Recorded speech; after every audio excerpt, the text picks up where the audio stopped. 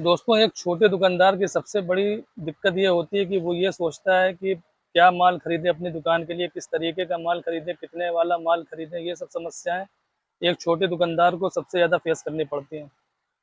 तो अगर आप माल खरीदें तो इस तरीके का माल खरीदें, हर दुकानदार चाहता है कि वो इस तरीके का माल खरीदे कि उसका सारा माल दुकान पे बिक जाए, उसका डेड स्टॉक ना हो, उसका रहतिया ना हो।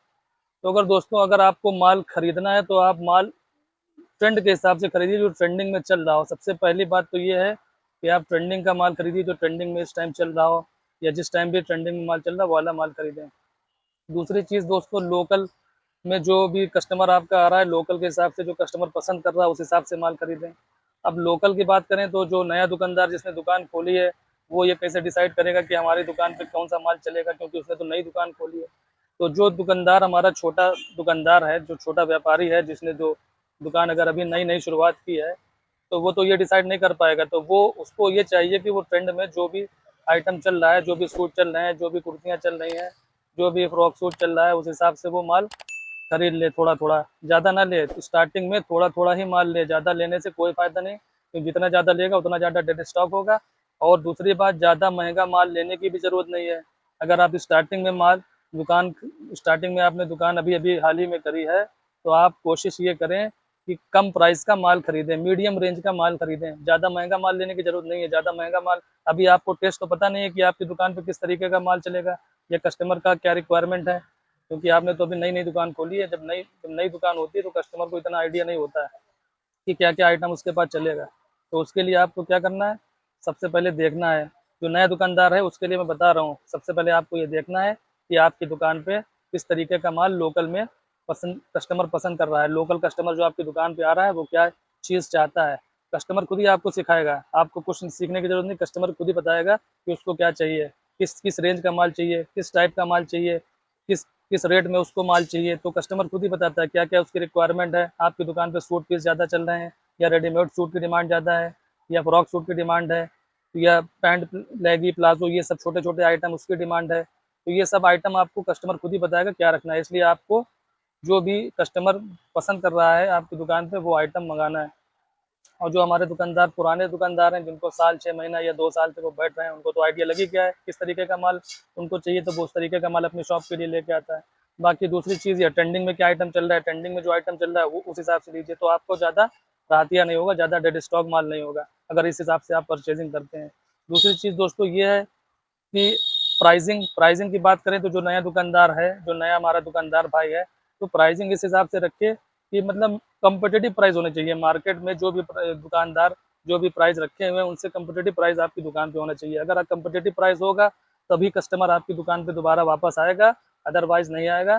क्योंकि आप सभी लोग जानते हैं कि इस टाइम सोशल मीडिया का ज़माना है, ई-कॉमर्स का ज़माना है। सोशल मीडिया पे कितना कपड़ा बिक रहा है, किस रेट में बिक रहा है, हर कस्टमर को मालूम है। आजकल की डेट में ज़्यादातर कस्टमर ऑनलाइन परचेज़िंग करता है, तो इसलिए रेट ऐसे ना रखें कि कस्टमर आपकी दुकान पे दोबारा ना आए। कोशिश ये करें कि कम से कम रेट रखें, कम से कम अपने कॉम्पिटिटिव प्राइस रखें अपना प्रोडक्ट का। तो दोस्तों, कॉम्पिटिटिव प्राइस का विशेष ध्यान दें कि प्राइस ज़्यादा नहीं रखने हैं। जो भी है प्राइस मिनिमम प्रॉफ़िट रखिए ताकि कस्टमर आपकी दुकान पर आए। दूसरी चीज़ दोस्तों कि डिस्काउंट भी, जो भी आप प्राइस रखें उस पे 10% या 15% या जो भी आपको सूटेबल लगे, जो भी आपने रेट लगाए वो तो आप ही समझ सकते हैं कि क्या आपने रेट लगाए, किस हिसाब से आपको डिस्काउंट देना है। तो कम से कम 10% का डिस्काउंट रखिए, बहुत ज़्यादा 15% रख लिए, ज़्यादा डिस्काउंट भी नहीं ना रखिए कि कस्टमर जो है बहक जाए ज़्यादा डिस्काउंट देख के। तो डिस्काउंट रखने से भी फ़ायदा होता है कि कस्टमर भी खुश हो जाता है, क्योंकि आज की डेट में आपको मालूम है कोई भी कस्टमर बिना डिस्काउंट करे जल्दी नहीं लेता है। या तो आपका इतना बड़ा शोरूम हो, इतनी बड़ी दुकान हो कि जहाँ पर आपने फिक्स प्राइस का टैग लगा दिया, तो फिक्स प्राइस आप बिल्कुल ना रखिए। नए दुकानदार हैं तो कस्टमर मोल-भाव ज़रूर करेगा, इसलिए अपने हिसाब से रेट रखिए, डिस्काउंट ऑफ़र भी लगाइए।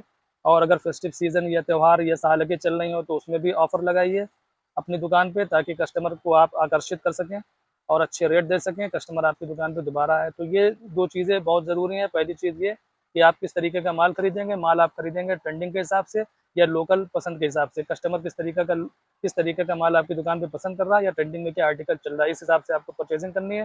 दूसरी चीज़ मैंने बताया कि आपको रेट कॉम्पिटिटिव प्राइस रखना है, बिल्कुल भी ओवर प्राइस नहीं रखना है, और डिस्काउंट ऑफ़र लगाते रहना है अपनी दुकान को चलाने के लिए। डिस्काउंट ऑफ़र बहुत ज़रूरी है, कोई भी कस्टमर बिना मोल-भाव करे आजकल की डेट में सामान नहीं खरीदता है। एक और चीज़ हाँ दोस्तों, इसी वीडियो में बताना चाहूँगा कि कस्टमर से अच्छे व्यवहार से आप अगर पेश आएँगे तो कस्टमर बहुत खुश होता है।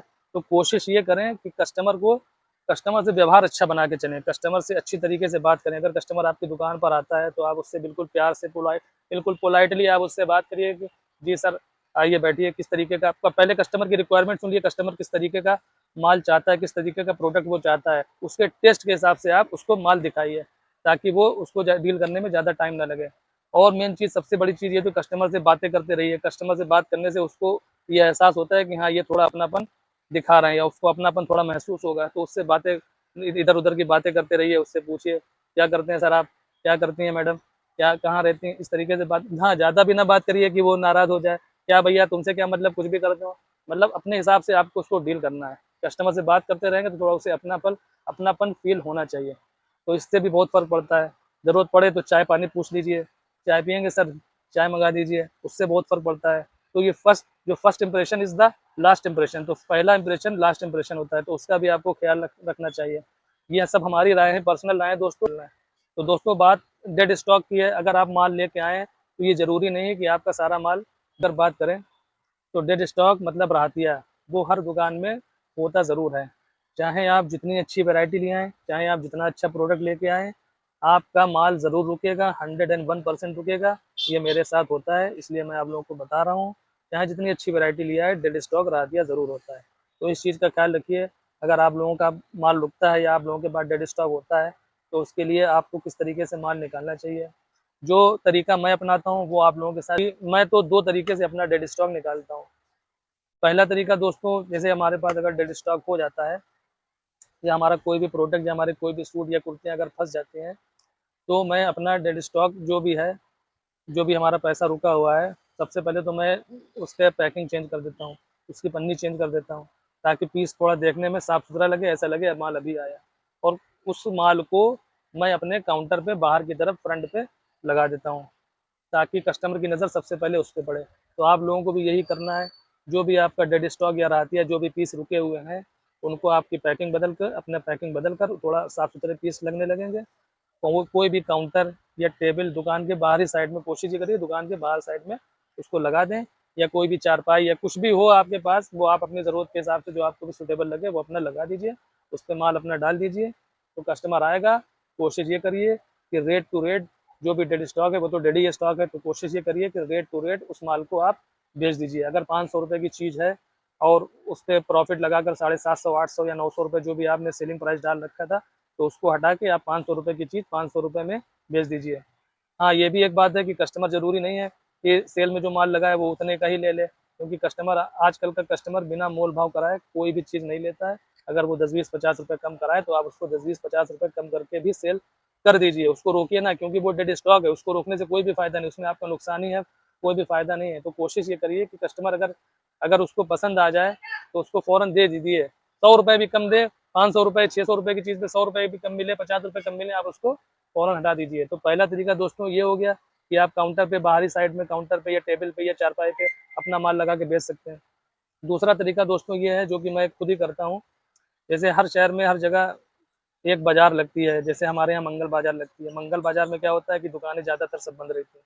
तो किसी भी दुकान के आगे आप बाहर रोड पे जाके, अगर आप रोड के ही दुकानदार हैं तो सबसे बढ़िया है, तो आप तो पूरे हफ्ते माल बेच सकते हैं डेड स्टॉक बाहर। अपना काउंटर टेबल लगा के आपने सेल बोर्ड लगा दिया, अब वो पूरे हफ्ते बिक रहा है। जो हमारे छोटे भाई दुकानदार जो अंदर बैठे हैं बेचारे, जो रोड पे नहीं बैठे हैं, तो वो क्या करेंगे? तो उनके लिए मैं ये तरीका बता रहा हूँ कि वो जो है इस तरीके से कर सकते हैं कि मंगल बाज़ार या बुध बाज़ार, बहुत जगह, हर जगह मैंने देखी, ज़्यादातर हर ज़िले में, हर शहर में, हर कस्बे में ज़्यादातर एक दिन ऐसा होता है कि बाज़ार लगती है। तो बाज़ार में आप लगा सकते हैं अपने प्रोडक्ट को। मैं खुद ही लगाता हूँ दोस्तों। मैं भी एक छोटा दुकानदार हूँ, ज़्यादा बड़ा दुकानदार नहीं हूँ। छोटी-मोटी अपनी दुकान है ऊपर वाले के करम से। तो आप लोग इस तरीके से अपना डेड स्टॉक का माल बाहर रोड पे लगा के हफ्ते में 1 बार निकाल सकते हैं। मैं खुद ही लगाता हूँ, कितना माल मैंने अपना डेड स्टॉक, जो भी हमारा माल फँसता है, वो मैं इसी तरीके से अपना पैसा खाली कर लेता हूँ। तो दोस्तों, ये 2 तरीके हैं डेड स्टॉक निकालने के। अगर आप लोगों को अच्छा लगे तो आप लोग इस तरीके से कर सकते हैं, अगर दोनों आपको आइडिया हमारे पसंद आए हों। अगर आप लोगों की कोई राय हो इस मैटर पे, तो आप लोग हमारे साथ कमेंट करके ज़रूर शेयर करिएगा। हो सकता है आप लोगों से कुछ हम हमको आप लोगों से कुछ सीखने को मिले दुकान पर। मैं भी आप लोगों की तरह, जो भी हमारे छोटे दुकानदार भाई अगर हमारी वीडियो देख रहे हैं, तो मैं भी आप लोगों की तरह एक छोटा दुकानदार हूँ, मिडल क्लास का। तो जो मैंने एक्सपीरियंस जो मतलब अभी तक की मुझे 1.5 साल 2 साल होने जा रहा है दुकान करे, तो जो मुझे एक्सपीरियंस हुआ है, वही मैं आप लोगों के साथ शेयर कर रहा हूँ। वही मैं आप लोगों के साथ इसलिए शेयर कर रहा हूँ कि तो ये बोल रहा था कि कस्टमर को बहुत अच्छे से आप लोगों को डील करना है, बहुत प्यार से डील करना है, कस्टमर की ज़रूरत के हिसाब से आपको समझना है कि उसको क्या चाहिए, उस हिसाब से आप उसको वैरायटी अपना प्रोडक्ट जो भी है, वो सब दिखाइए और उससे प्यार से डील करिए, उसको चाय नाश्ता पानी पूछा करिए, चाहे वो दोबारा वो मैं ये करता हूँ इसलिए आप लोगों को बता रहा हूँ, क्योंकि मैं इस तरीके से करता हूँ और इसका पॉजिटिव रिज़ल्ट भी मुझे मिला है। मैंने ज़्यादातर मेरे कस्टमर इसी इसी वजह से वापस आते हैं कि उनको मेरा व्यवहार अच्छा लगता है कि मैं किस तरीके से उनको पूछता हूँ, किस तरीके से और इससे ये भी फ़र्क पड़ता है, एक ये फ़र्क ये पड़ता है कि अगर कस्टमर को आपके वैरायटी या आपका प्रोडक्ट नहीं पसंद आ रहा है, फिर भी वो आपसे ले जाता है।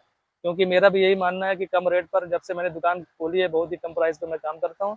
इसीलिए कम प्राइस पे काम करता हूँ ताकि कस्टमर दोबारा आए और मेरी दूसरी बात पिछली वीडियो मैंने बताया था कि मेरी दुकान थोड़ा मेन मार्केट से हट के थोड़ा अंदर गली में है।